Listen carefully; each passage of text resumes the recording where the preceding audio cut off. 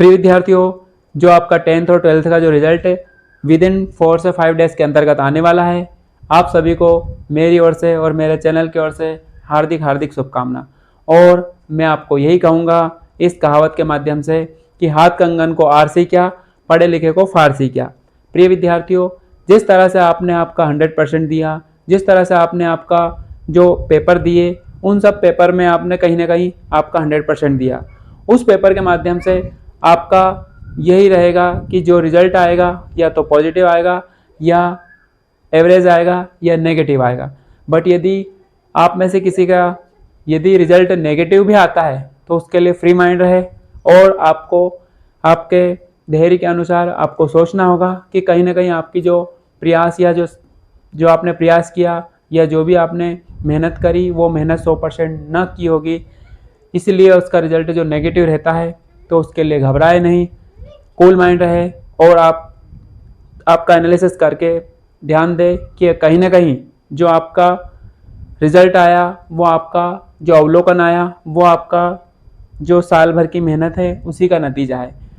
तो आप उस पर ज़्यादा गंभीर रूप से रिएक्शन ना ले और ना ही यह सोचे कि यही आपका सब कुछ ना है, ना आपकी ज़िंदगी ख़राब ना करे, ना ज़िंदगी ख़त्म करे, क्योंकि ज़िंदगी बहुत बड़ी है और आप आगे भी बहुत सारा कार्य कर सकते हैं और आप आगे भी आपका एनालिसिस कर सकते हैं और आपको किस लिए बनाया भगवान ने वो देख सकते हैं।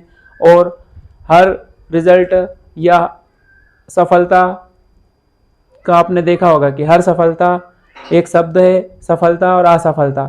सफलता में ही असफलता है और असफलता में ही सफलता है। उसी शब्द में आपकी सफलता छुपी हुई है।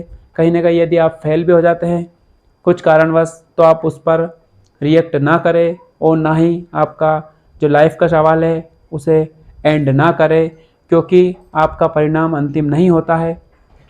जो आपका परिणाम आता है वो आपका अंतिम नहीं है, क्योंकि भारत बहुत बड़ा है और इस भारत में आपके लिए अलग अलग सोर्सेस है, अलग अलग कमाने के टेक्निक है।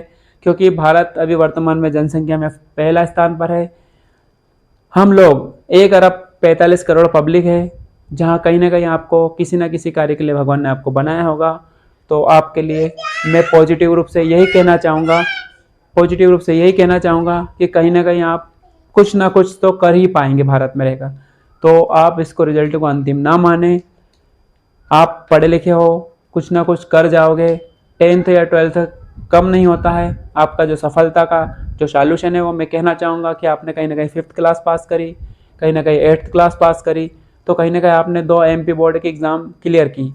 और यदि आपका जो 3rd एग्ज़ाम है MP बोर्ड का, यदि उसमें आप कहीं ना कहीं रह जाते हैं या 12th में 4th नंबर के MP बोर्ड में अगर रुक जाते हैं तो कोई बड़ी बात नहीं है। आप विद इन कम समय के लिए जो आगे एग्ज़ाम होती है उसको क्लियर कर सकते हैं। रुक जाना नहीं चलाती है MP बोर्ड, उसको क्लियर कर सकते हैं और आगे की पढ़ाई कर सकते हैं।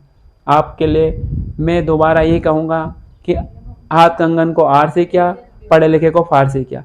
आप कुछ ना कुछ कर जाओगे और बहुत अच्छा कर जाओगे। आप आपके माता पिता के लिए कुछ तो इकलौती संतान होते हैं, तो आप ऐसा गलत रास्ता ना चुनें और उस रिज़ल्ट को इम्पोर्टेंस ना मानते हुए उसको ये कहे कि ये हमारी एक सफलता की सीढ़ी थी।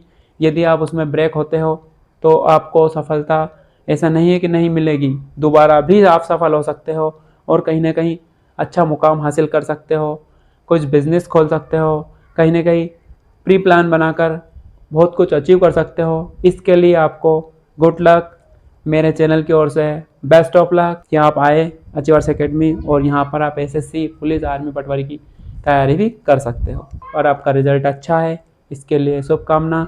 राधे राधे। जय हिंद, जय भारत।